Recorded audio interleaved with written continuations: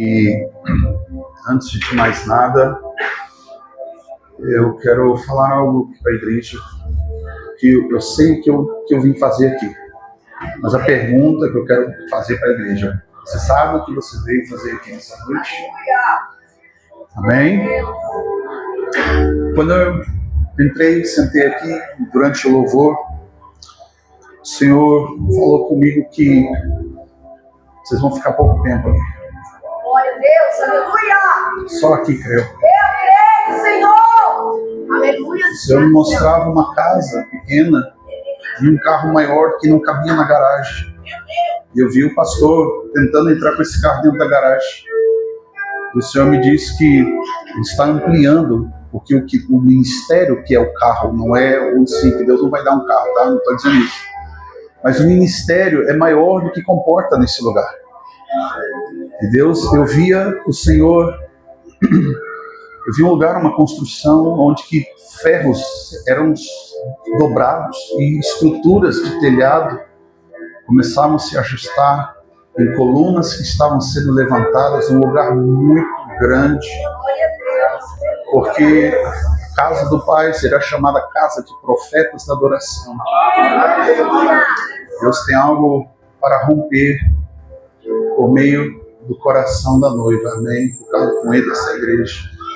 Devia também muita oposição, muitos demônios, pessoas que são enviadas por Satanás a este lugar, trazendo impedimento, e não só para quem está aqui, trazendo distração. E justamente antes que a irmã falasse, Deus me mostrava muito impedimento no louvor, doenças. E o Senhor me trouxe aqui nessa noite para romper algo na sua vida. Amém? Glória a Deus. Quem crê nisso, igreja? Amém? Feche seus olhos um momentinho. Aleluia. Segura para mim lá. Feche seus olhos um momentinho. Eu queria que você, nesse momento, abrisse seu coração para o Senhor. Eu queria orar. Pai, nessa noite, nós estamos aqui, Senhor, para cumprir o script daquilo que o Senhor já fez. Não há nada de novidade, Senhor, naquilo que o Senhor já rompeu. E por isso, Pai, nós desde já nos apropriamos e tomamos posse, Senhor, nesta noite, da Tua palavra, do Teu agir sobre a Tua igreja. E eu creio, Pai, que haverá, Senhor, meu Deus, meu Pai, transformação de mentalidade. Corações, Pai, serão transformados, Pai, nesta noite, em corações de carne, sensível à Tua voz. Por isso, ó Deus, meu Pai, venha capacitar, Senhor, meu Deus, meu Pai, os Teus filhos, Pai, nesta noite. Que se abram os ouvidos espirituais, os olhos espirituais nesta noite. Em nome de Jesus Cristo, que os olhos espirituais sejam abertos agora. Em nome de Jesus, todo espírito de distração seja repreendido agora. Tudo aquilo que vem para roubar, Senhor, meu Deus, meu Pai, a semente, aquilo que o Senhor está liberando como vida, Senhor, não será roubado mais.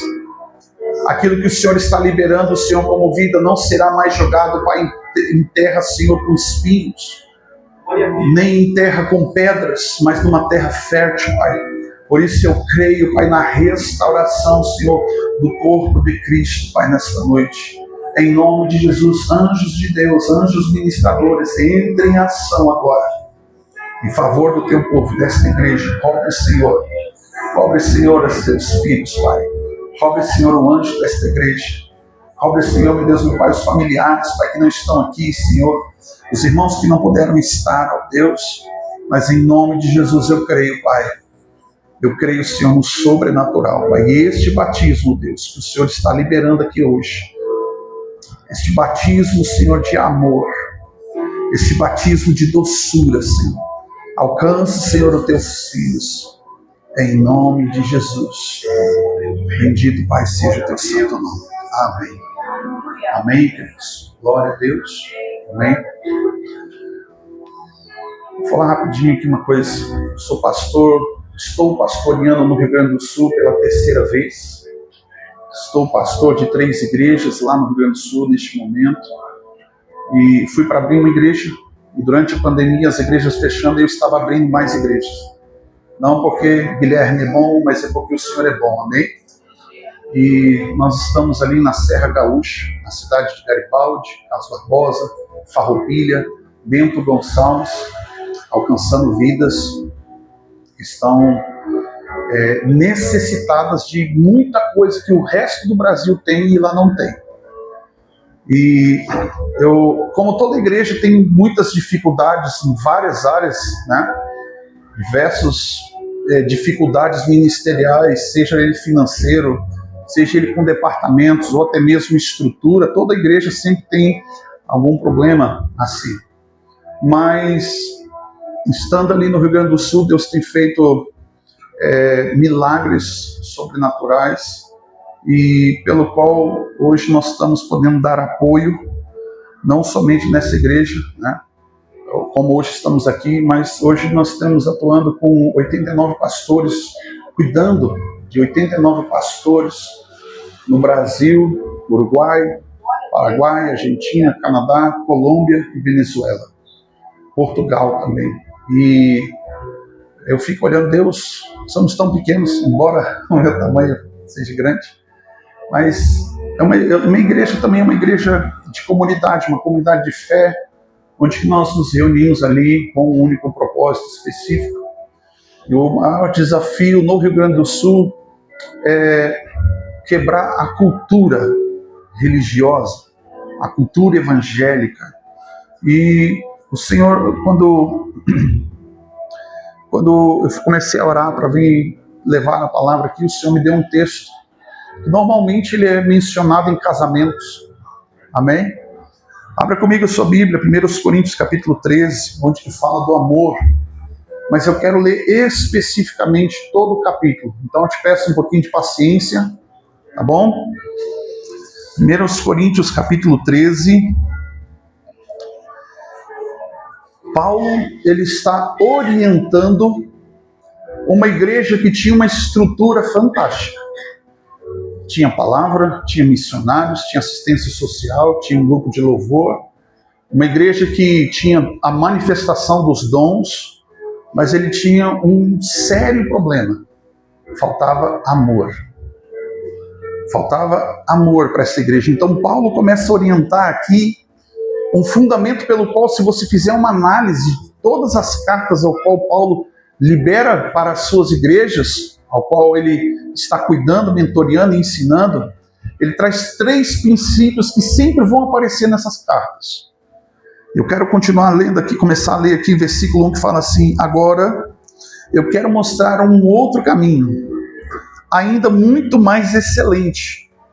Então ele está mostrando que a igreja, ela podia ter uma estrutura fantástica para fazer muitas coisas, e eles estavam fazendo, mas uma coisa primordial estava faltando.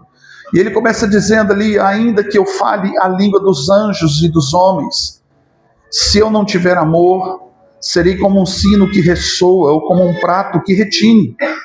Mesmo que eu possua o dom da profecia com todos os mistérios e toda a ciência, e ainda que tenha a capacidade de mover as montanhas por meio da fé, se eu não tiver amor, de nada serei. Mesmo que eu dê aos necessitados tudo que eu possuo e entregue o meu próprio corpo para ser queimado, se eu não tiver amor, todas essas ações não terão qualquer benefício algum. O amor é paciente, o amor é bondoso, não inveja, não se vangloria, não é arrogante, não se porta de maneira inconveniente, não age egoístamente, não se enfurece facilmente, não guarda ressentimentos. O amor não se alegra com a injustiça, pois a sua felicidade está na verdade. Tudo sofre, tudo crê, tudo espera, tudo suporta. O amor jamais morre. Todavia, as profecias cessarão e deixarão de existir. As línguas cessarão e o conhecimento desaparecerá. Porquanto, em parte, nós conhecemos e em parte nós profetizamos. No entanto, quando chegar o que é perfeito, o que é imperfeito será extinto. Quando eu era menino, eu pensava como menino, sentia e falava como menino. Quando cheguei à idade adulta, deixei para trás as atitudes próprias de criança. Agora, entanto, enxergamos apenas um reflexo obscuro de como um material polido, um espelho. Entretanto, haverá dias em que o veremos face a face, porque hoje conhecemos em parte. Então, perfeitamente conheceremos da mesma maneira como plenamente sou conhecido. Sendo assim, permanece até agora, neste momento, esses três: a fé, a esperança e o amor. Contudo, o maior deles é o amor. Fala comigo: fé, esperança e amor. Quando Paulo começa a falar aqui da característica do amor que é incondicional, pelo qual Jesus morreu e deixou que os apóstolos dessem continuidade no seu ministério como igreja, ele começa a falar sobre o amor de tudo aquilo que aquela igreja, que tinha tudo, mas não tinha nada. Porque era um povo que, embora tivesse dons, profecias, ministérios, estivesse fazendo assistência social, estivesse enviando os missionários, faltava o que era principal. Porque eles não haviam entendido uma coisa, que o amor, que como ele diz aqui que é o principal, e ele declara todo o capítulo dedicado sobre o amor. Ele aponta que o amor é de uma forma para extinguir tudo aquilo que eles não estavam conseguindo viver. Por meio da fé, não temos sem fé não temos esperança. E sem esperança não há o momento ao qual o amor é manifestado. Isso me faz refletir sobre uma coisa. O Antigo Testamento me dá muitas referências sobre o contexto pelo qual a esperança de uma glória eterna vindoura. Todo homem, sacerdote ou profeta que ia diante do Senhor, ele oferecia ao Senhor adoração. Fala para o seu irmão: adoração.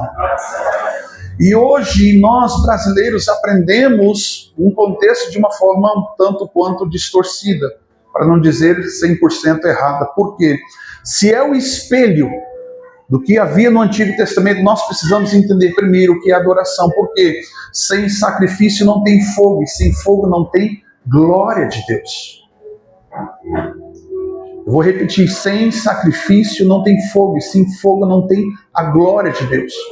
E quando eu olho para esse contexto, o fundamento primordial para que a glória de Deus venha: fé, esperança e amor. E o principal é o amor, que me traz uma referência do Antigo Testamento quando você vai estudar a Bíblia. O primeiro momento onde aparece a palavra adoração é quando Abraão pega o seu filho Isaque e vai levar para o monte para ser sacrificado. Vem o servo dele e olha para ele: o que vocês vão fazer?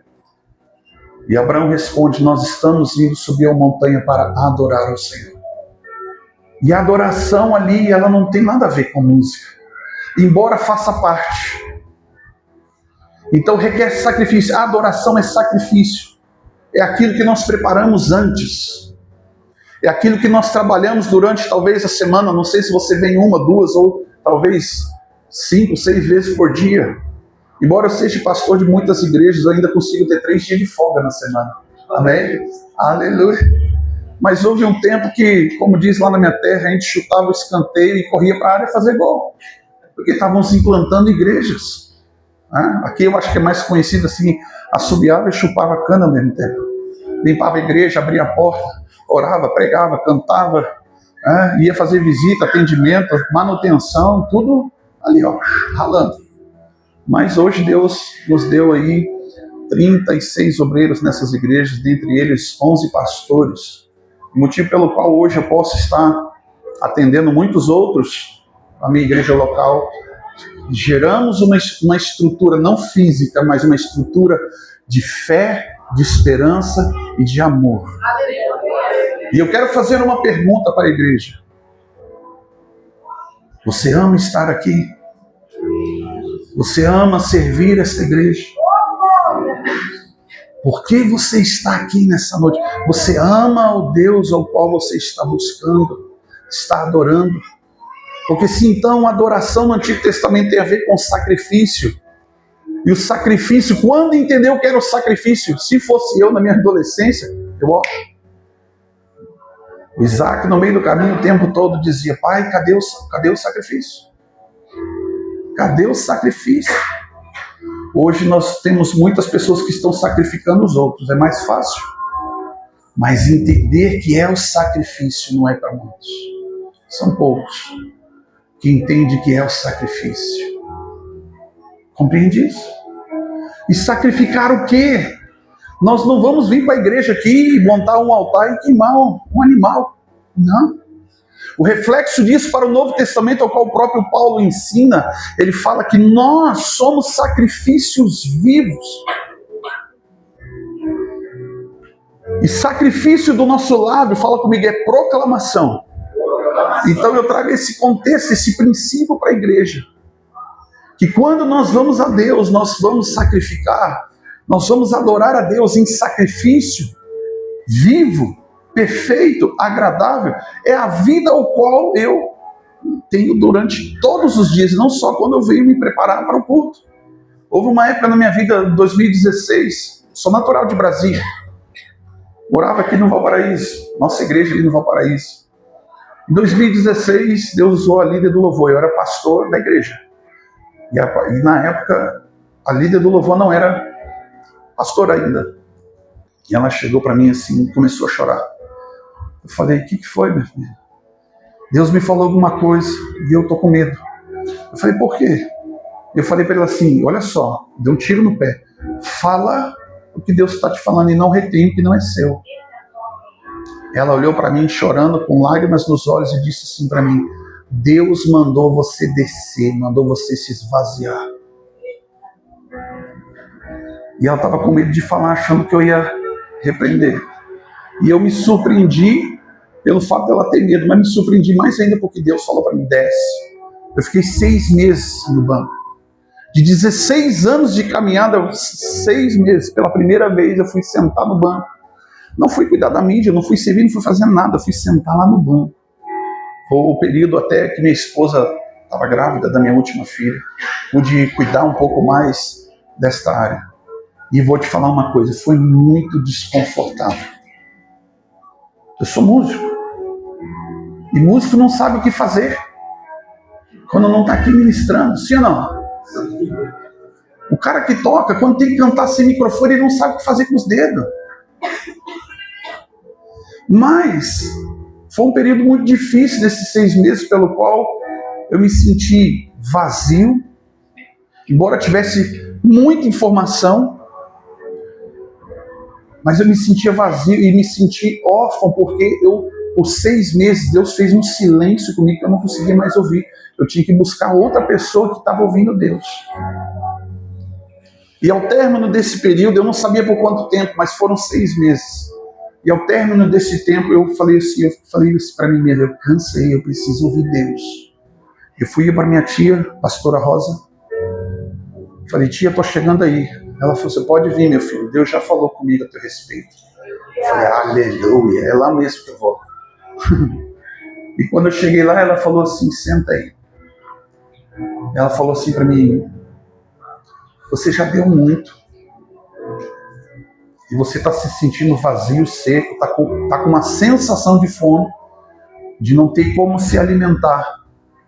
Mas ela tinha uma palavra, fala para o seu irmão, uma palavra, basta, para tudo se transformar na sua vida. Uma palavra nessa noite, do Senhor, vai mudar teu destino, vai mudar tua história, vai mudar tua realidade, vai mudar a sua mente, vai mudar o seu coração. E ela falou para mim assim: meu filho, José, quando estava no Egito, passou por muitos problemas. Foi vendido, estava escravo, foi parar na cadeia, ficou um bom tempo lá.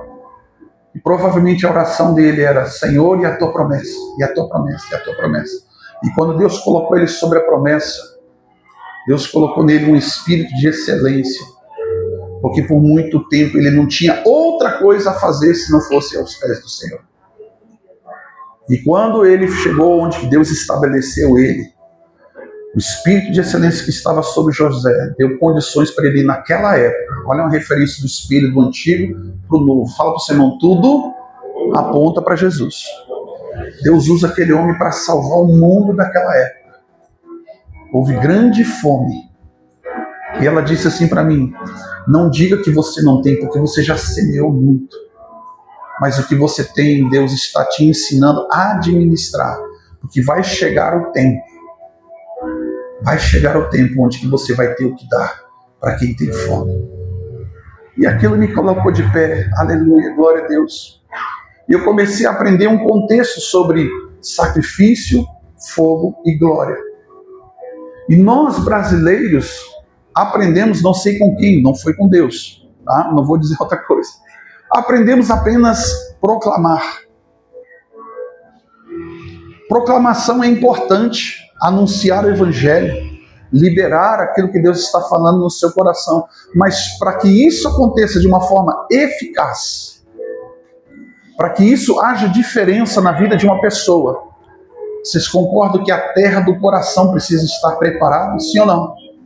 Porque se a terra que é o seu coração não estiver preparada, a mesma semente que é para ser vida se transforma em morte.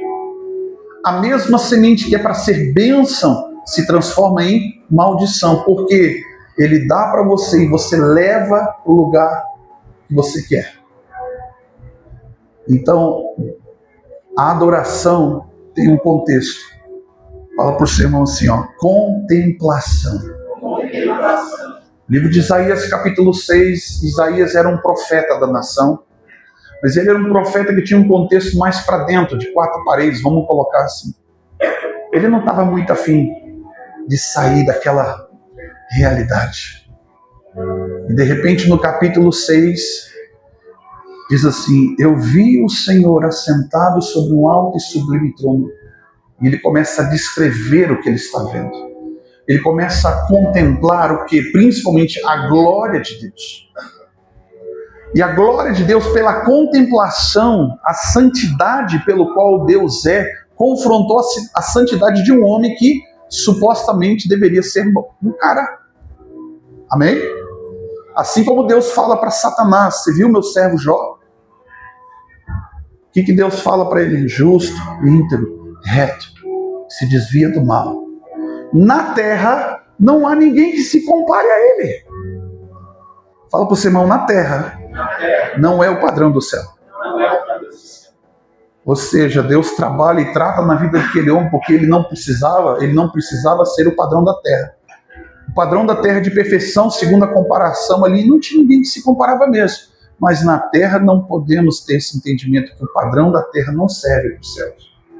Então a referência ao qual Jó precisava era o padrão dos céus. E o término da história ele chega assim, antes eu só ouvia falar, mas agora os meus olhos te veem. Ele está falando, agora eu consegui entender, agora eu consegui compreender, agora eu tenho uma outra ótica do que é a revelação dos céus. Então Isaías começa a contemplar.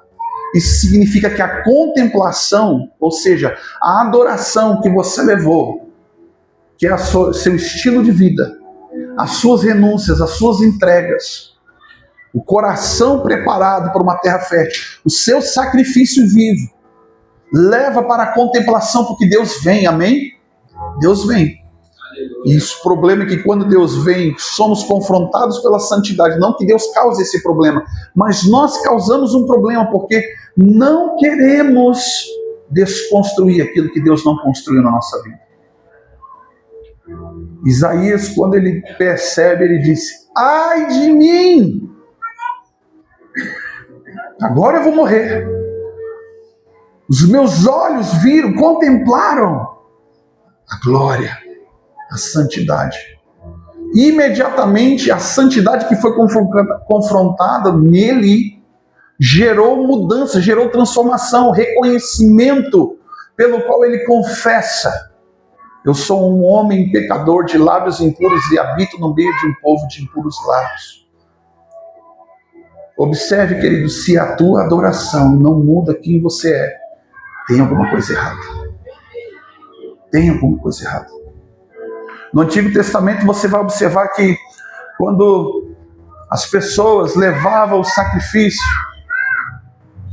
para o sacerdote, para os levitas, oferecerem ao Senhor, eles pegavam o sacrifício e olhavam, analisavam. Estava bem cuidado? Estava perfeito?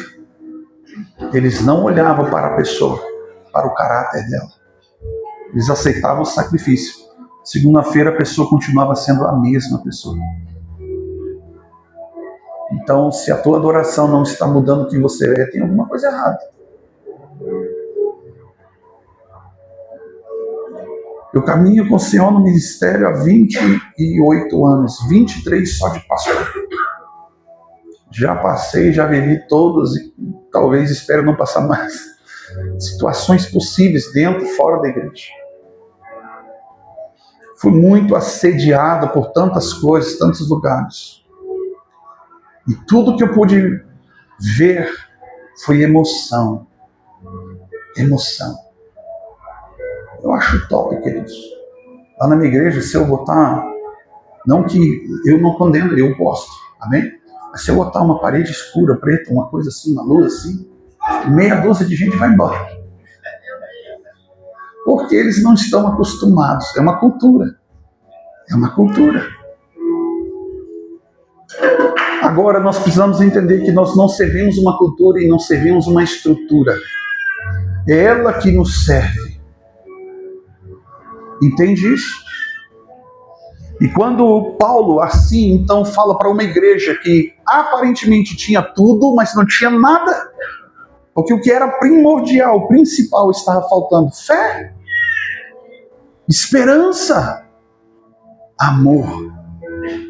E quando ele começa a dizer o que é o amor, ele está apontando para aquilo que eles deveriam ser ou fazer e não faziam.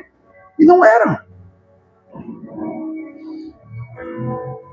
Primeiro contexto aqui, Paulo, quando ele está falando sobre fé, em todas as suas cartas, quando você reúne o que ele fala sobre fé, ele está dizendo que é uma fé que nos une. Por isso que eu perguntei para a igreja: você ama o lugar onde Deus te plantou e você está hoje? Porque se você ama, você se une numa só fé, numa só esperança, num só amor, num só espírito. Compreende? A fé que nos une. Romanos capítulo 5, versículo 1 diz assim: pois justificados mediante a fé, temos paz em Deus, por meio do nosso Senhor Jesus Cristo. Você tem paz em estar aqui dentro? Sabe, queridos, eu tenho visto muitas pessoas que entram dentro da igreja e não conseguem ter paz ali dentro. Sabe por quê? Porque olha lá o pescoção para o outro lado e vê o irmão, alguém que está falando mal de você, e consegue vir na frente e ofertar. Consegue durante a ceia vir tomar a ceia. Porque a Bíblia fala que se você tem um problema com o seu irmão, você vai lá e se reconcilie primeiro com ele. E aí você está oferecendo um sacrifício, uma adoração de qualquer jeito.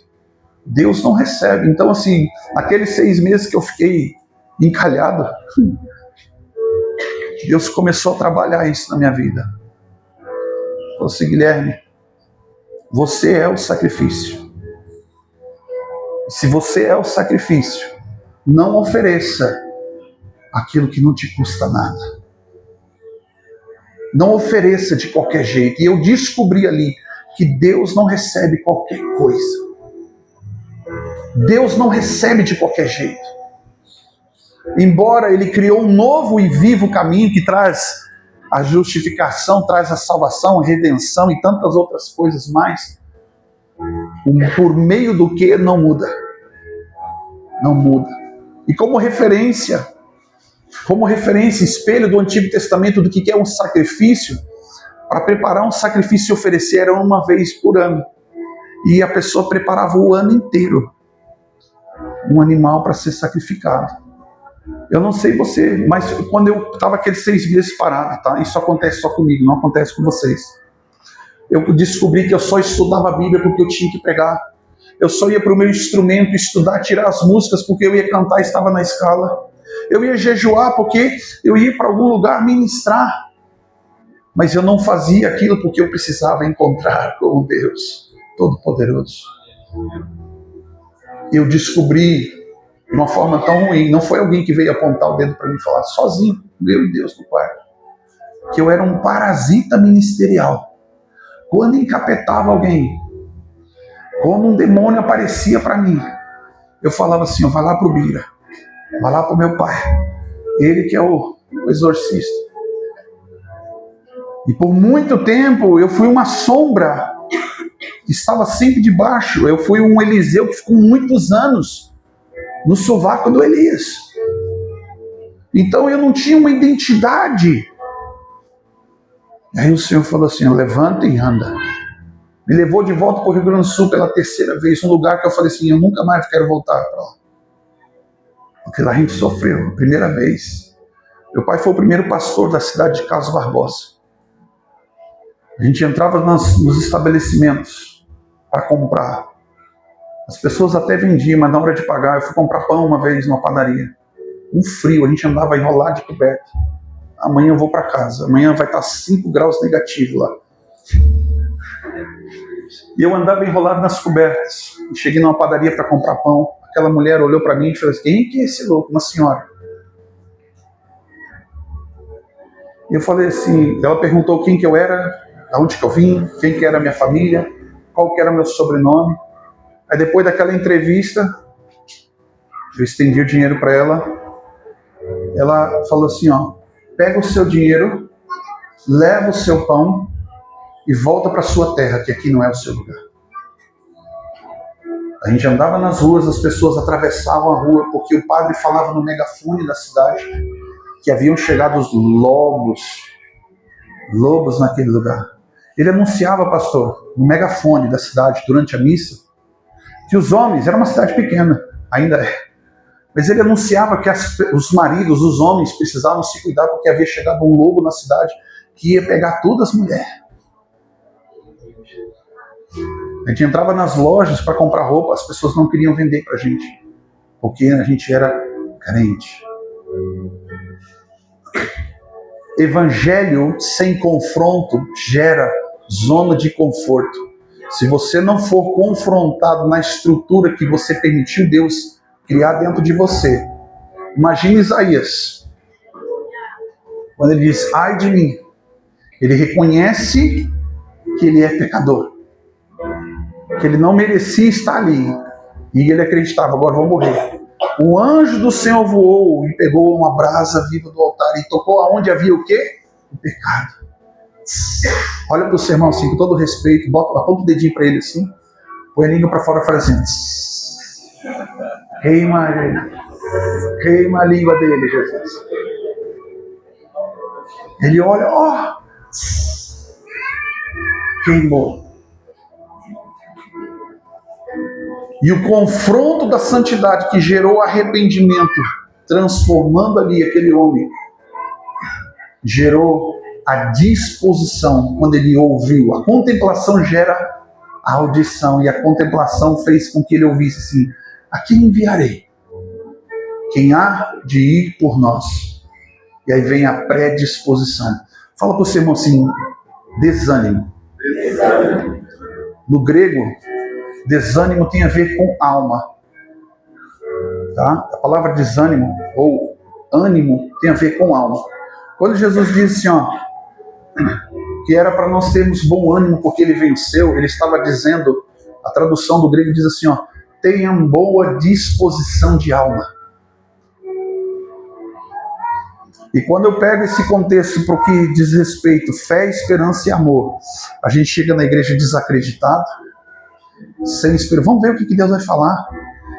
Sabe, eu consigo ver pessoas, isso acontece só lá no Rio Grande do Sul, né? Pessoas que sentam na igreja ali no banco e elas conseguem viver o Salmo 91 ao contrário. 1000 serão abençoados à minha direita, 10.000 à minha esquerda, e eu com certeza não serei. Porque eles não têm esperança.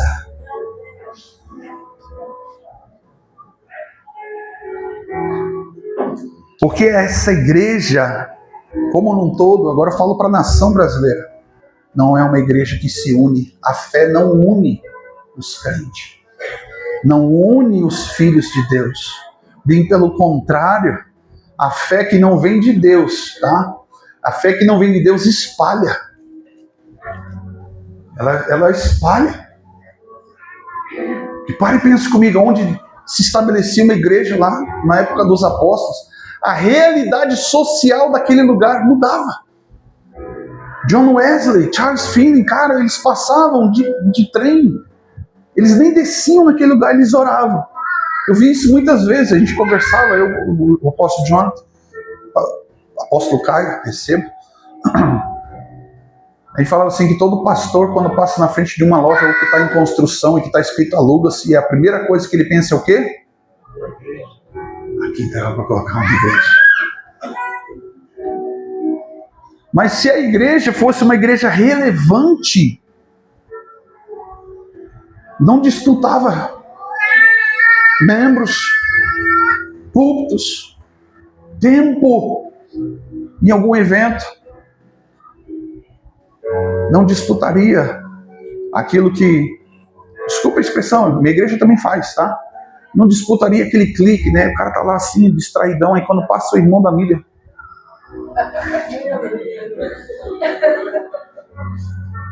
Eu vi isso dentro da minha igreja. Mas é uma fé que não une. Mas aqui o que Paulo está dizendo em Romanos 5, ele está dizendo que nós somos justificados mediante a fé, pois temos paz em Deus por meio do nosso Cristo Jesus. A fé, portanto, é um ponto de partida para uma igreja saudável. E eles não tinham essa unidade. Eu falo que como o Salmo 133, que lá diz, é bom, agradável, que os irmãos vivam em união. Amém? União não é unidade. Não é número. União é quando você pega um saco de batata, descasca todinho, cozinha, depois esmaga tudo, faz um purê. Você não consegue mais separar o que é o que. Você é um só em Cristo, um só corpo, uma só fé, um só Espírito no Senhor Jesus. Aleluia! Ou seja, não é uma hierarquia, é uma união de todos ali. Você não separa mais quem é quem. E quando eu vou falar só da igreja de modo geral, porque eu estou vindo pela primeira vez. Mas quando você olha a igreja de modo geral, tem grupos, como Paulo fala, tem facções dentro da igreja. Tem gente que tem que se cuidar, ele fala assim, ó, gente, cuida para vocês não se morder e se arrancar os pedaços. Língua bifurcada. Como diz uma pastora por aí, terra seca.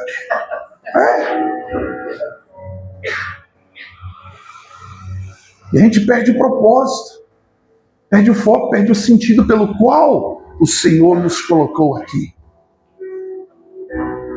Porque a transformação que Deus quer para a igreja não é de fora para dentro, mas é de dentro para fora.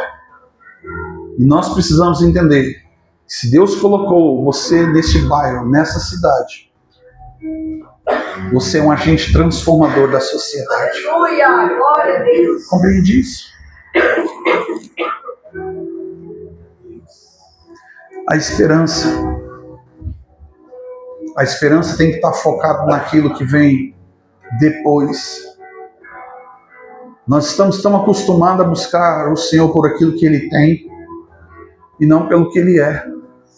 E o que Ele tem vai muito mais além daquilo que nós podemos pedir, pensar ou imaginar. Amém? É o que a palavra de Deus diz. E isso está associado com eternidade. Nós estamos caminhando a passos rápidos para a eternidade, ou de uma igreja que vai ficar nessa terra. Sumiu dos púlpitos dos altares, pastores. Eu não sei como é que é aqui. Mas lá na igreja, lá pelo menos uma vez por mês, eu dou um puxão de orelha. Vocês estão caminhando para o inferno ou para o céu? Porque pastor, quando vê a ovelha teimosa, desviando, olha, na minha igreja, infelizmente, tem ovelhas. Não, felizmente tem ovelhas, mas tem lobos.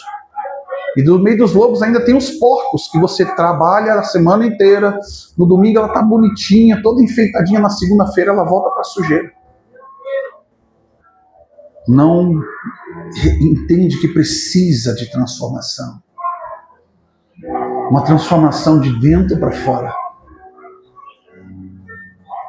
Em Colossenses, no capítulo 1, versículo 27, ele diz assim: olha qual é a expectativa do céu.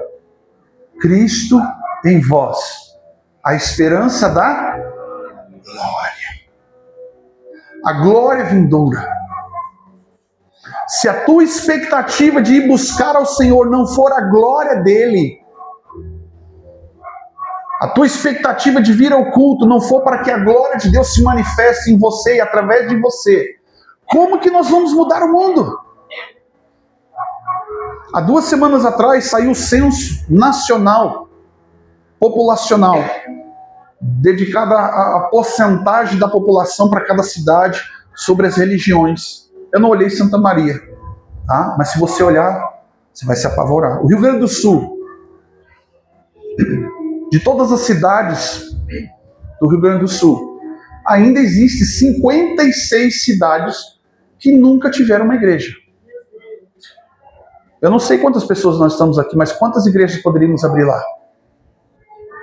O Rio Grande do Sul já havia recebido um título por anos do estado mais ocultista na área do candomblé, da umbanda, da quimbanda.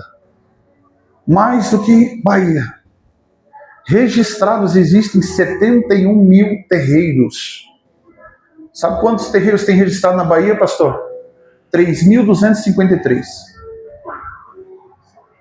71 mil. E aí, nesse último censo, recebeu um título. A cidade de Chuí, ou seja, lá embaixo na ponta, a última cidade, fronteira com o Uruguai, é a cidade mais ateu do Brasil. 49,77% da população se diz ser ateu. Sabe quantos por cento de crente tem lá? 3,4%. Quem que carrega a glória para ir lá? Manifestareis-me aqui, Senhor, Olivia. Porque a gente quer a glória. A gente quer ser tocado. Não confunda a glória de Deus com mover. Porque se a glória de Deus não te transforma, tem alguma coisa errada. E a gente sai às vezes para a rua para fazer qualquer coisa. E os nossos evangelismos são frustrados. Porque não existe sacrifício vivo, perfeito, santo, agradável ao Senhor. Não gastamos tempo em contemplar e ouvir a voz de Deus. Buscamos estratégias humanas. Estratégias que o próprio chat GPT dá para você, muitas vezes. Isso é verdade. A minha esposa trabalha com produtos de beleza. Eu cliquei lá assim, chat, me dá uma estratégia de como criar um vídeo para viralizar. Na área assim, foi falando, ele pegou e me deu. Minha esposa ela não gosta. Ela nem sabe fazer, não gosta de ficar na frente do celular. Eu fiz um vídeo em 2 horas, deu 30 mil visualizações. Sabe quanto que ela vendeu naquele dia? R$1.200. Em 15 minutos de trabalho. E o crente põe dificuldade disso que não abre porta para crescer, mas tudo bem. Isso é outro estudo. Mas a gente não tem esperança. A sociedade é como um mendigo que você passa, talvez todos os dias, está no mesmo lugar, sempre pedindo alguma coisa para você. E você passa por ele, se constrange porque você ou não tem ou não quer dar.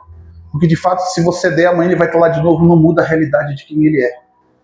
Assim é a igreja brasileira. Assim é a igreja brasileira. Não transforma porque não são transformados. Nos anos 70, nos Estados Unidos, na Califórnia, houve um avivamento no meio dos hippies. Você talvez deve ter assistido aquele filme lá, Revolução de Jesus. E uma frase daquele homem lá que me marcou foi, olha, quando o Senhor encontra a gente está buscando Deus. Só não sabe onde encontrar. A gente quer Deus. A alma está clamando Deus. Romanos 10 diz que a alma que clamar, essa será salva. Esses hippies estavam buscando Deus. E quando encontramos Deus, nós não temos uma porta aberta. Não é que não existia igreja, Mas é que ninguém queria receber e sentar do lado de um cara que parecia um mendigo.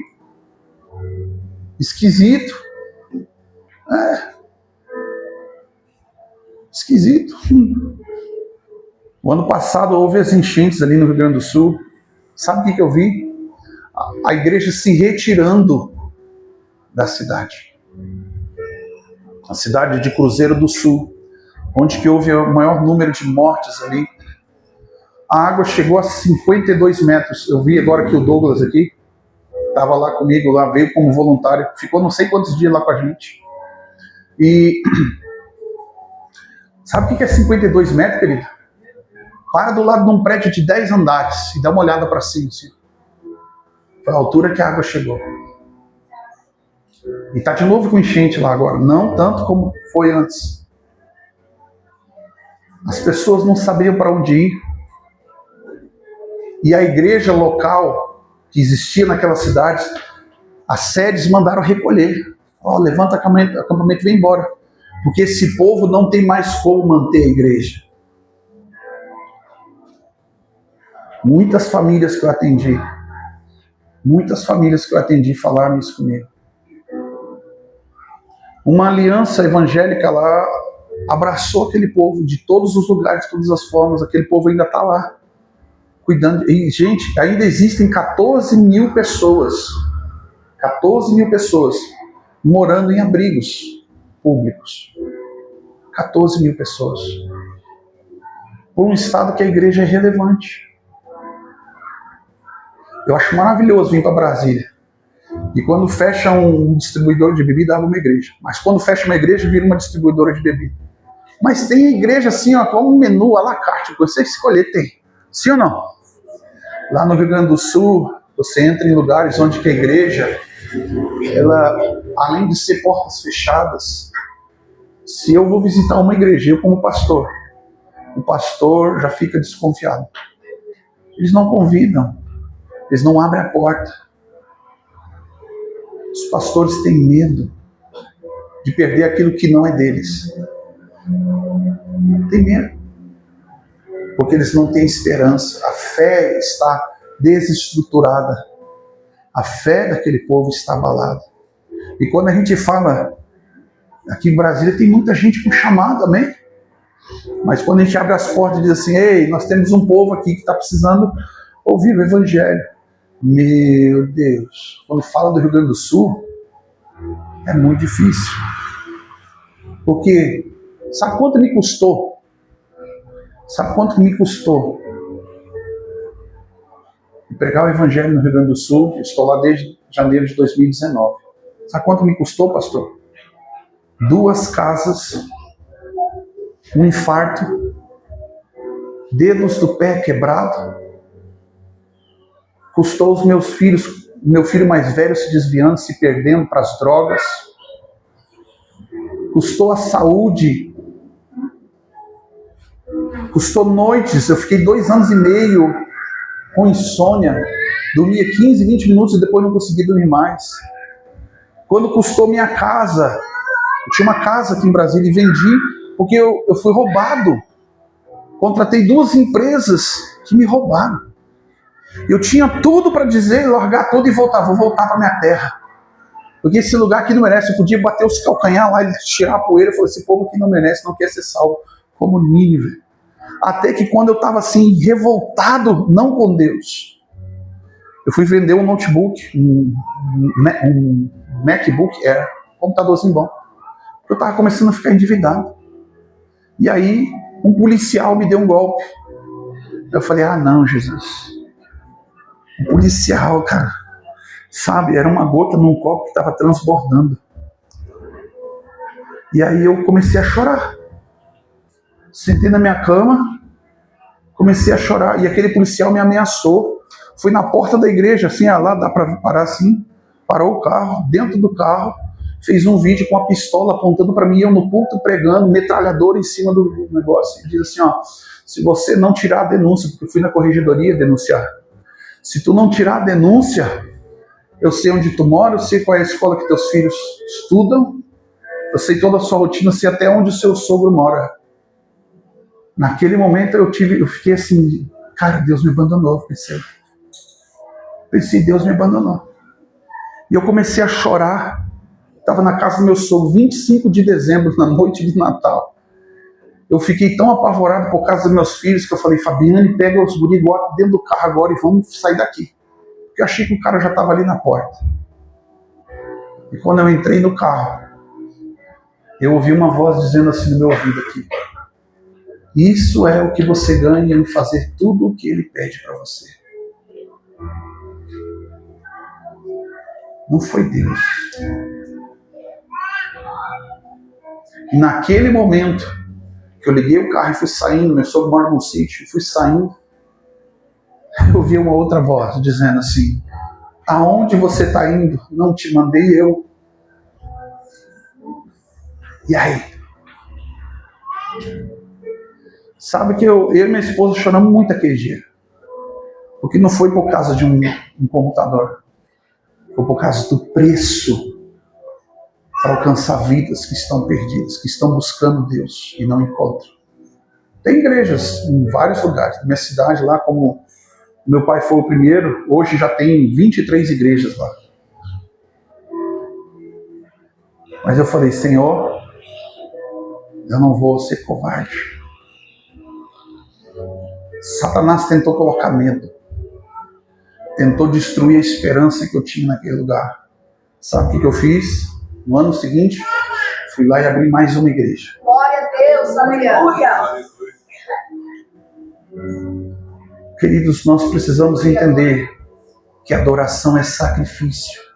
E se você não entender que você é o sacrifício, tem alguma coisa errada com o cristianismo que você está vivendo. Servir a Deus vai custar. E a Bíblia diz assim, é uma cruz que você tem que carregar. Aquele que quiser vir após mim, negue-se a si mesmo. Evangelho barato tem a la carte. Zona de conforto tem aos montes. Tem ou não? Porque a esperança está desestruturada. Mas quando eu olho para essa palavra de Colossenses 1:27, Cristo em vós, a esperança da glória. Você é um agente transformador por meio da glória de Deus que você carrega. Levitas, ouça uma coisa, Davi ficou desesperado quando ele desejou no seu coração de trazer a glória para o lugar devido, Jerusalém. Mas a Arca da Aliança estava em outro lugar, na casa de Abinadab. Obed-edom ficou por muito tempo e ele gritava, dizia, como trarei eu a minha Arca do Senhor, a glória do Senhor? Uzá e Aiô haviam morrido porque eles foram segurar a glória, foram querer carregar daquele sistema pagão, sistema filisteu de adoração, por meio de uma carroça. O Brasil está tentando se mover na adoração por meio de uma carroça, um sistema pagão de adoração. Porque foi assim que eles receberam e viram a arca sendo devolvida. Foi levada para o campo de batalha sem autorização de Deus. Porque tinha um sacerdote que era irrelevante. Era um sacerdote que era cego, não enxergava mais, já não ouvia mais, precisava de um menino para ouvir Deus falar. Era mórbido, não se movia facilmente. Aí, sabe a música das lamparinas? É a canção de adoração a aquele menino que ouvia a voz de Deus, que se preparou uma vida inteira. Samuel foi oferecido ao Senhor para uma vida de sacrifício, de adoração. Ele entendeu. Olha, quem fez a oferta foram os pais.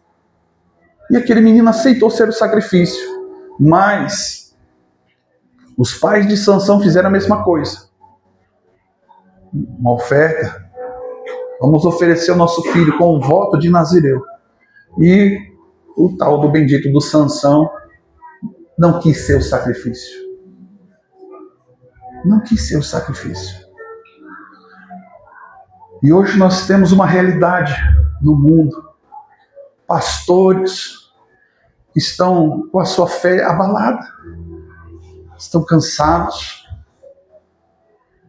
Há 1 mês e meio atrás, um pastor me chamou depois do meu culto, tinha uma mensagem dele no meu celular e falou assim: vem aqui urgente. E eu fui lá, a maior igreja lá de Castro Barbosa. Maior igreja.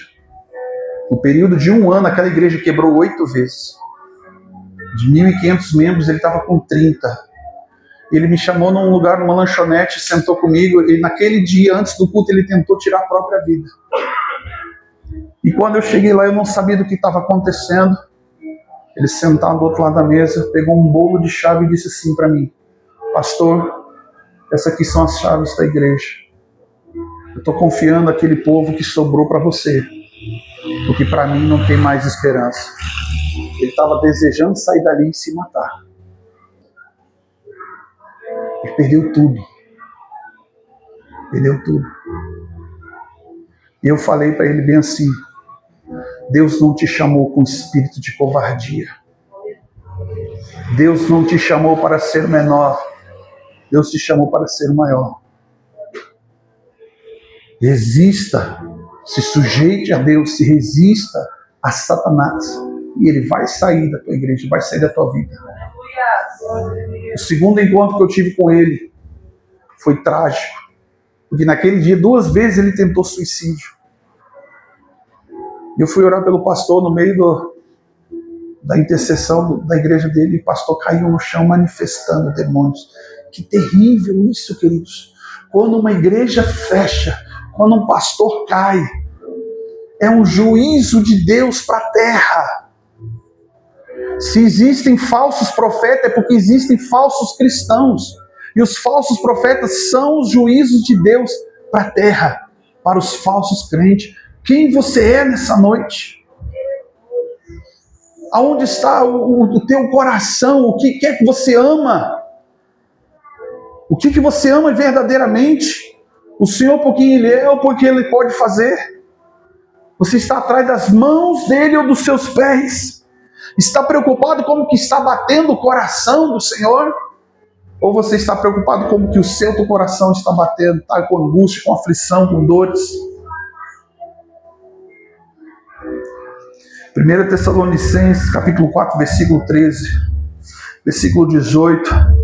Esse texto ele nos dá que a nossa esperança não é um desejo incerto.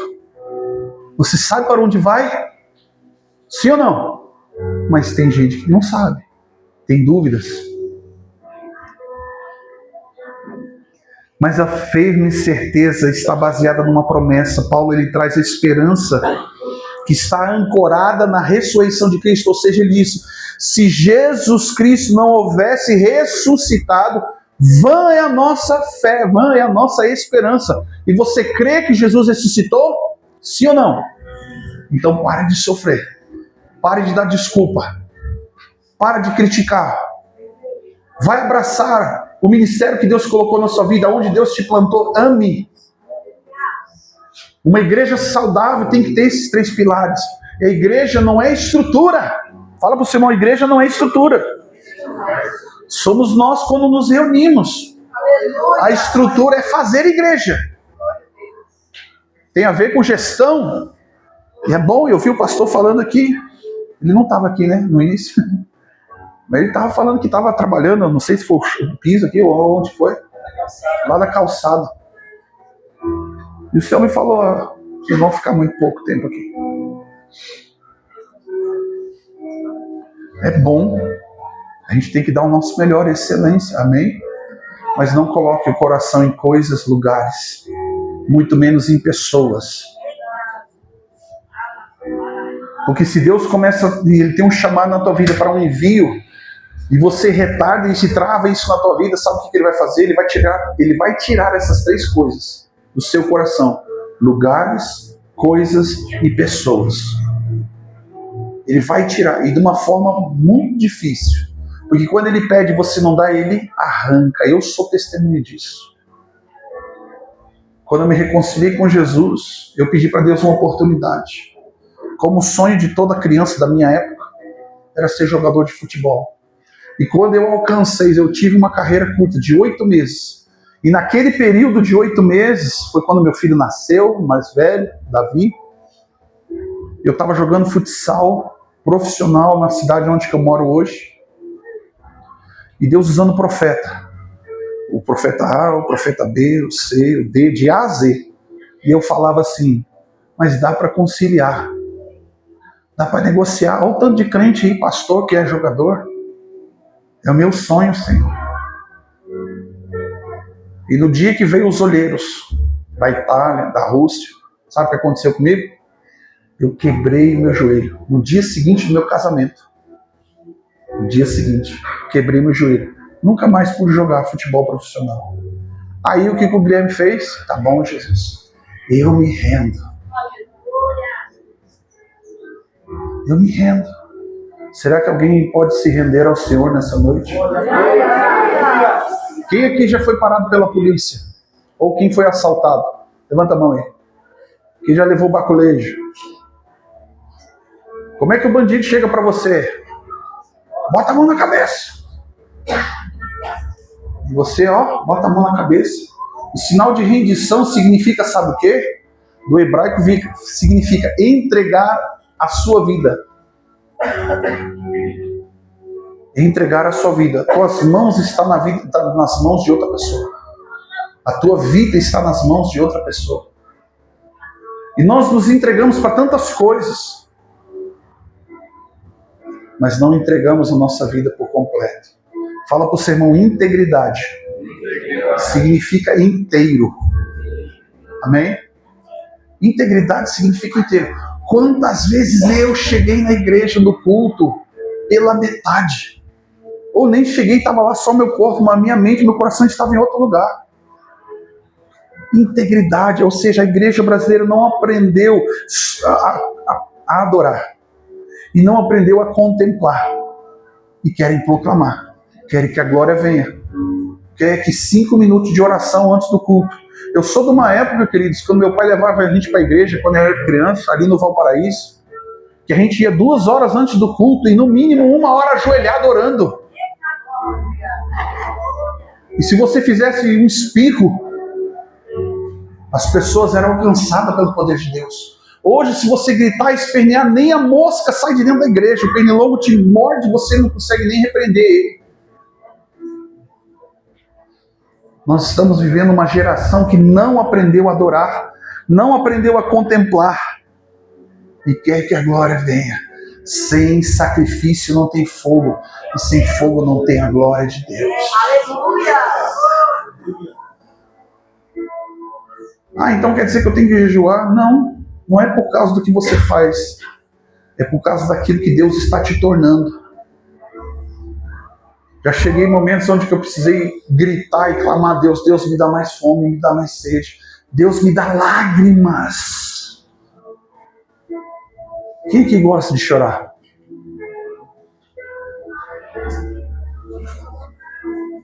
Porque intercessão tem a ver com isso. É derramar o seu coração. A adoração tem a ver com isso. É derramar o seu coração. Glória a Deus. Lá, ali, como eu falei em 1 Tessalonicenses 4:13, Paulo encontra uma igreja, um povo que estava chorando pelos irmãos que morreram, lamentando.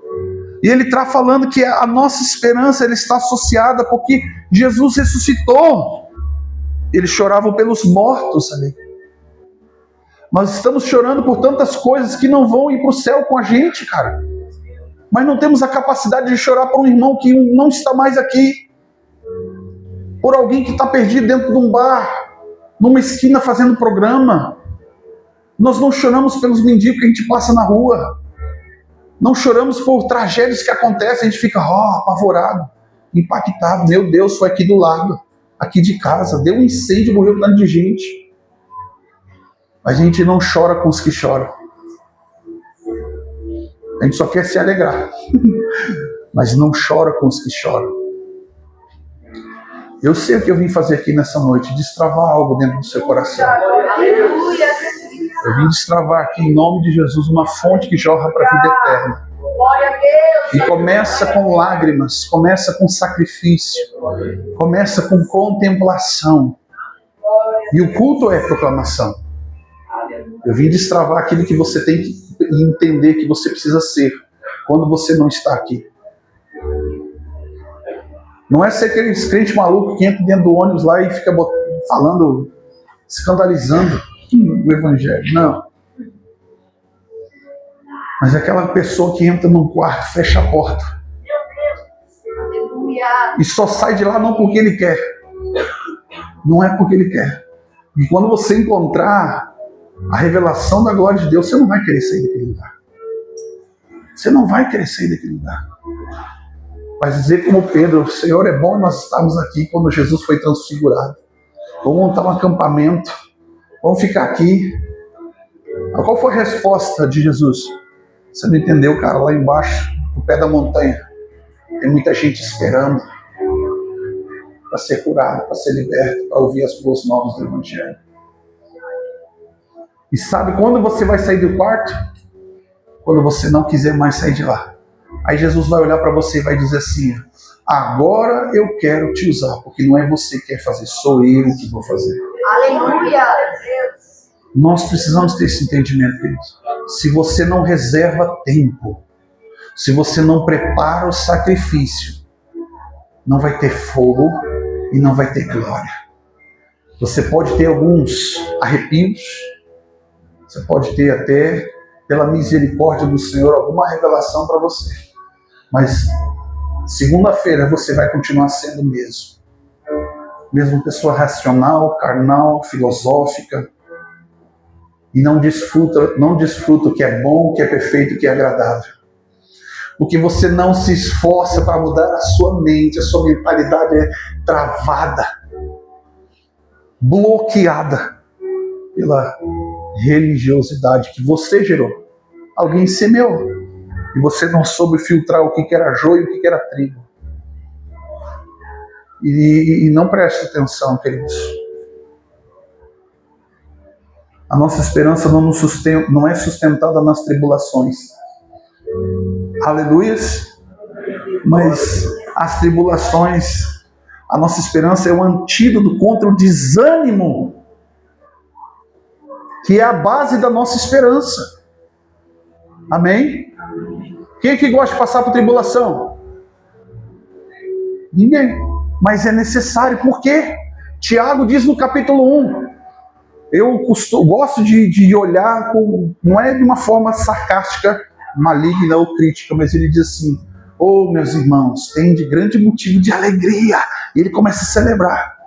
Quando vocês passarem por diversas provações, porque a provação da vossa fé gera em você perseverança, ou em outras palavras, continuidade. Essa é a tradução do original. Gera em você continuidade. E a continuidade gera esperança. Se você não passa por tribulação, a tua esperança, a tua fé está como? Pergunta para o seu irmão: Deus sabe como está a sua fé? Sim ou não? Mas por que Deus prova a tua fé se Ele sabe como que ela está? Porque Ele quer mostrar para você como você está, como que está a tua fé. E tem crente que domingo recebe uma palavra, aleluia, glória a Deus, vai para casa, aleluiado. Segunda-feira chega no trabalho, cheio de pepino, de problema, já o Satanás já entrou aqui comigo, eu acho, e já desanima. Aí precisa a semana inteira ouvir pregação, ouvir música e louvor para chegar no outro domingo e se animar de novo. E o crente está indo de onda em onda, de mar em mar, assim, ó. A nossa esperança não está associada com as coisas que a gente passa, mas com aquilo que é gerado por meio delas. Se as tribulações, as adversidades, você olhar com bons olhos, tudo ao seu redor será bom, porque aqui dentro de você, não é aqui fora. Ou seja, Deus não faz nada fora sem antes fazer aqui dentro. Deus não faz, por quê? O que pode acontecer é que Deus permita que você alcance a idolatria do seu coração. É uma coisa diferente. Olha que Deus me deu um carro. No mês seguinte não consegue pagar a prestação não consegue pagar o emplacamento, documento, e vem um banco e tira o carro e diz: o inimigo está se levantando contra a minha vida. Você fez uma loucura, não consultou Deus. Compreende isso? Mas se você gerou isso antes do Senhor, vai levantar os problemas, vão levantar as adversidades. Haja o que houver, Deus continuará sendo o teu Deus. Aleluia. Não é assim que canta louvor? Não importa as circunstâncias, te louvarei. A gente canta da boca para fora, porque na hora do vamos ver, quando você é provado daquilo que você canta, naquilo que você diz que adora, aí você recorre para o profeta A, o B, o C, até que alguém fale para você aquilo que você quer ouvir. Queridos, entenda uma coisa, eu não estou batendo, estou trazendo cura nessa noite. Amém? Jamais bateria na noiva do Senhor, mas estou trazendo cura. A cura da mentalidade. Entende isso? A cura da adoração. A adoração não é só quem canta aqui na frente, queridos, é cada um de nós, no dia a dia.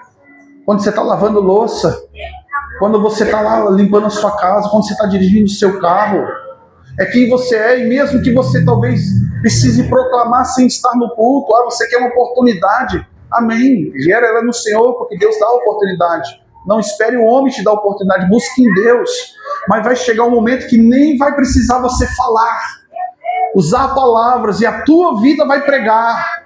Eu sou testemunha que durante as enchentes no Rio Grande do Sul, ganhei muitas vidas para Jesus, sabe fazendo o quê?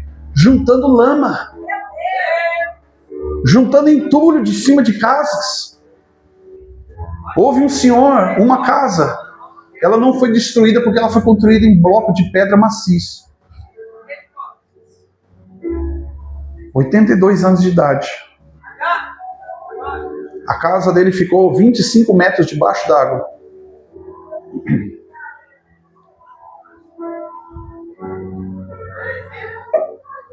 Nós tiramos de cima da casa daquele homem 80 caçambas de entulho.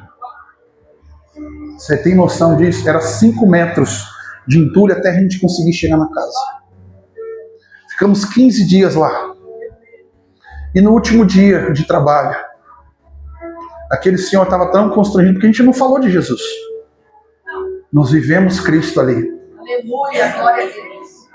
Nós investimos, pessoas investiram. E ao término do último dia, a gente fez um churrasco. Lá na beira daquela destruição, daquilo tudo. E tinha uns gaúchos lá da fronteira, bem, uma linguagem bem tradicional. Macho, como diz lá. E aquele homem olhou pra gente assim, seu Euder, o nome dele. Seu Euder olhou pra gente e diz assim: vocês são loucos. Se acontecesse com vocês lá na fronteira o que aconteceu com a gente aqui, nós não ia sair daqui lá para ajudar vocês. Ele falou assim, olhando nos meus olhos: vocês que se lasquem. Ele falou bem assim. E eu olhei para ele e disse, pela primeira vez vou falar algo de Deus ali. Eu falei para ele assim: meu irmão, é por isso que nós estamos aqui. Porque você não merece. E esse é o amor que nós encontramos. Nós não merecíamos. E o Senhor nos perdoou, nos resgatou. Aquele homem começou a chorar e perguntar, e falar, e perguntava pra gente na roda ali, a gente comenta. Estragou o nosso churrasco. E ele perguntava assim: mas por que vocês estão me ajudando então? Eu falei assim: porque Jesus te ama e nos trouxe aqui para dizer para você, com a nossa vida, que Ele te ama, que Ele quer te ajudar. E ele, aquele homem, o italiano grande, forte, chegou com outro gaúcho mais brabo, mais grosso que pneu de patrola, como a gente fala lá, se abraçaram e começaram a chorar. Ele disse assim: olha, eu não sei, eu não entendo o que vocês são, mas eu quero isso. Aí aquele momento que o coração está quebrado, eu falei assim: então entrega a tua vida para Jesus. Esse é o evangelho que a gente está vivendo. Esse é o evangelho que nós pregamos aqui 15 dias sem palavras. No seu trabalho você consegue pregar assim? Eu não sou bom. Eu fui muito desafiado, porque tinha o tempo todo eu queria, quem me conhece sabe que eu falo muito. Já nem sei se eu passei da hora, pastor, tu me dá um sinal aí. Me dá um sinal, pelo amor de Deus. Eu gosto de falar. Entendeu? Aquele homem até hoje está indo na nossa cela. Todos os dias a esposa dele manda mensagem para mim. Quando a gente chega naqueles lugares onde que nós ajudamos, tem um senhor, o nome dele é Sinei, na cidade de... Eu acho que você conheceu o Sinei, não foi, Douglas? Lá em Roca Salles. 4 filhos. A casa que ele tinha se perdeu, o trabalho onde que ele estava demoliu, destruiu tudo. E nós ajudamos a reconstruir uma casa do zero para ele. Construímos uma casa do zero. E toda vez que eu vou visitá-lo, aquele homem só falta se ajoelhar no chão e me beijar. Uma vez ele foi fazer isso. Eu falei, não, sai daqui. Só falta ajoelhar. Eu falei, meu irmão, não sou eu, não somos nós, mas é o Senhor. Semana que vem eu vou ir participar do batismo dele. Cara, vai estar menos 5 graus amanhã. Ele vai se batizar. Porque eu falei, olha, você vai para a igreja mais próxima que sobreviveu aí e começa a congregar, porque é um lugar longe.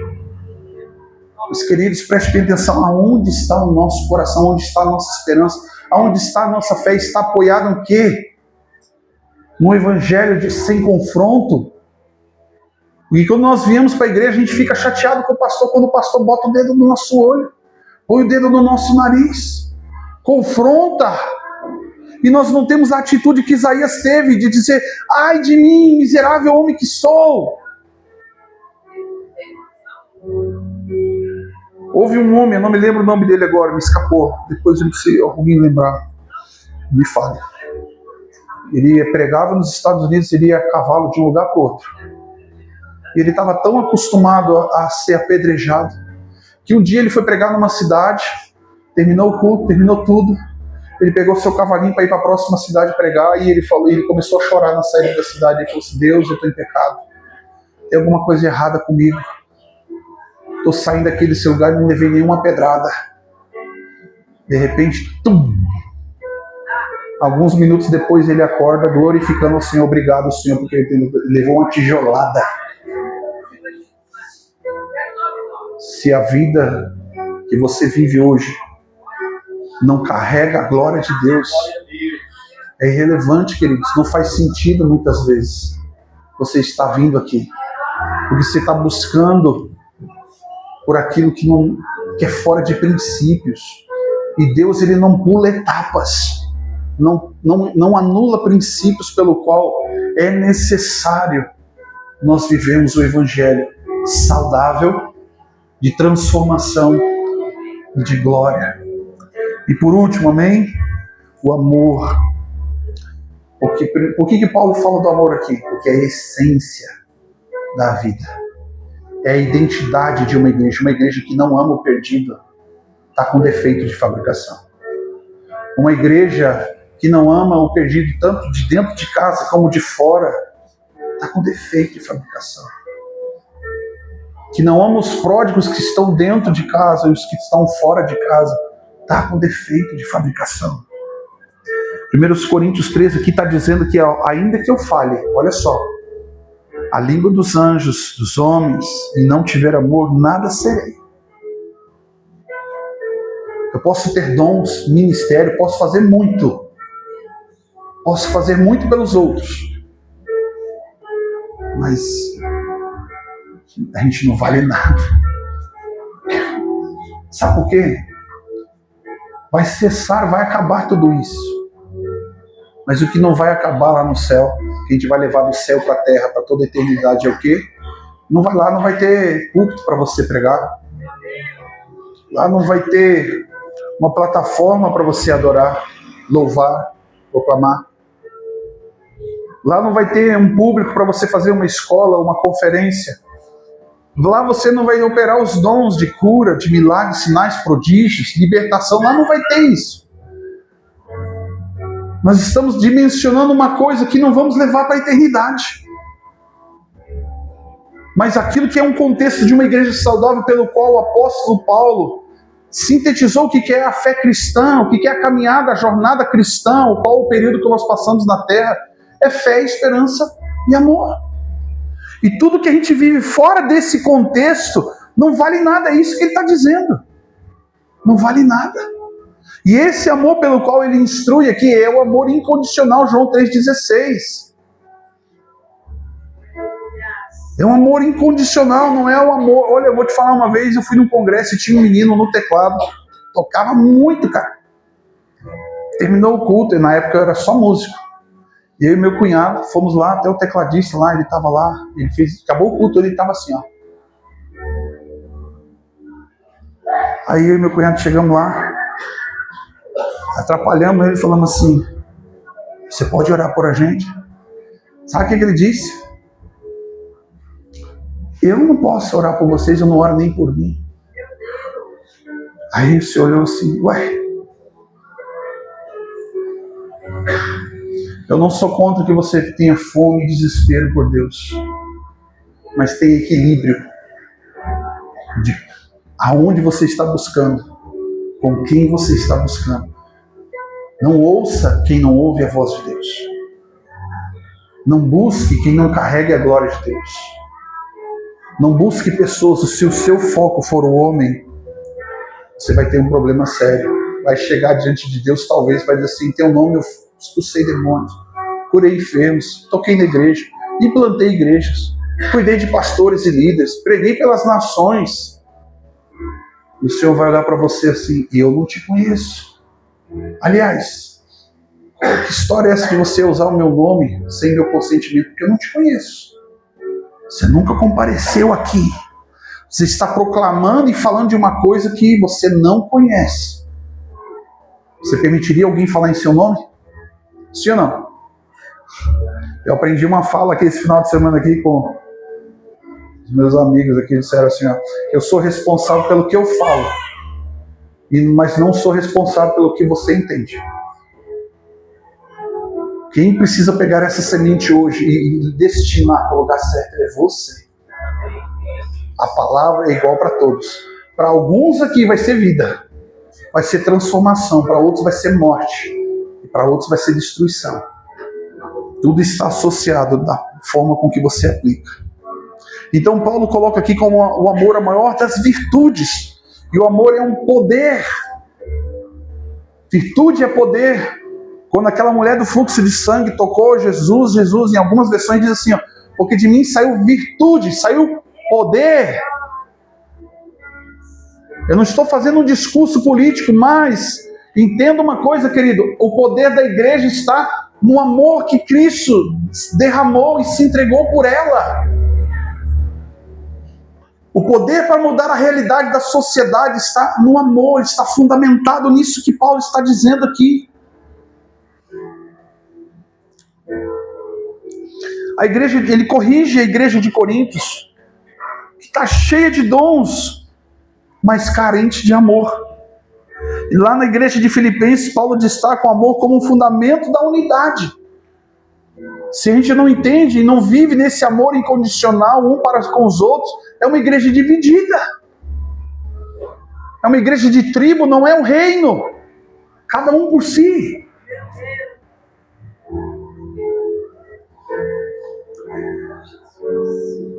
Propriamente, o que Paulo está dizendo é que esse amor ele não compete entre si.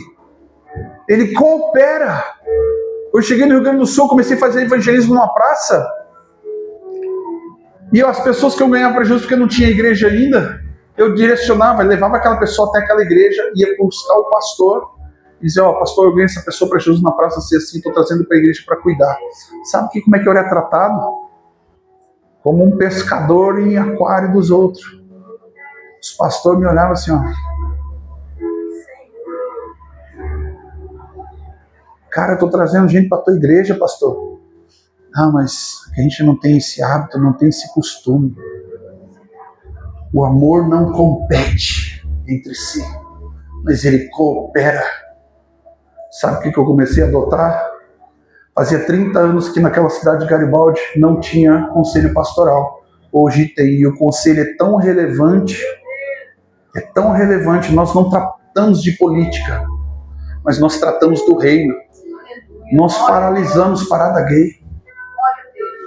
Nós terminamos com a Feira do Livro, que os patronos eram homossexuais.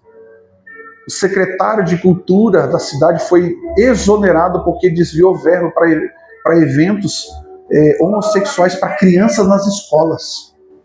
Isso ia passar batido. Porque a igreja resolveu se juntar. E foi um preço muito alto, queridos, para que isso acontecesse.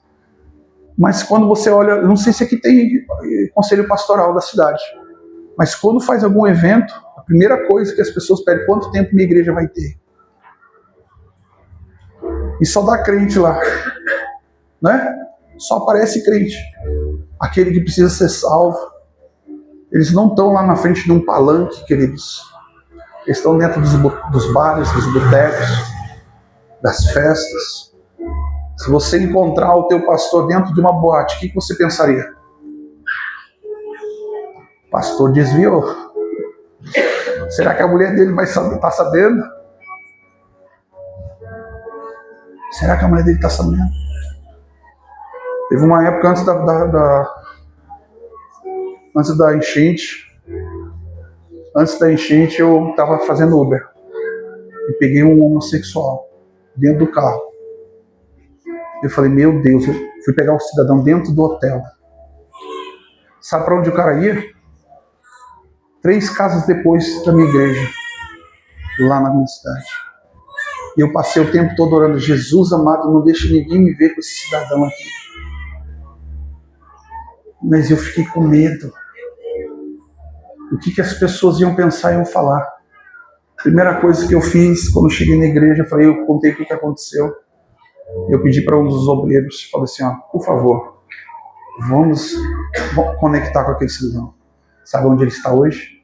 Na nossa igreja. Glória a Deus, glória a Deus, aleluia. Eu fiquei com medo de ser visto como homossexual.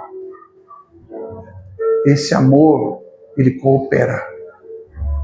Alguns minutos atrás aqui na frente tinha uma pessoa ali que Satanás trouxe ela aqui para ser liberta, ser curada. Se coloque em pé. Nosso coração não está preparado.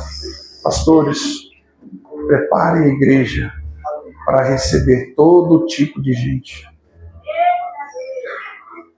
Porque isso que acontece, eu não sei, eu vou falar, eu sinto no meu espírito que não é a primeira vez. Muitas vezes acontece problema aqui na frente da igreja, sim ou não? Quem me contou isso? Deus está mostrando o tipo de pessoa que Ele vai trazer. Aleluia. Ame, abrace. O batismo que Deus quer trazer aqui sobre a tua vida hoje é um batismo de amor. Comece a amar dentro da sua casa. Comece a ter amor próprio. O Senhor me fala que tem gente aqui que já, muitas vezes, durante essa semana, pensou em tirar a própria vida. Você disse no seu coração, vamos ver o que Deus vai falar hoje. Talvez você trouxe por último suspiro da sua vida. E Ele manda te dizer que você não é desfavorecido do Senhor. Feche os seus olhos por um momento. Quero pedir ajuda da equipe Louvor.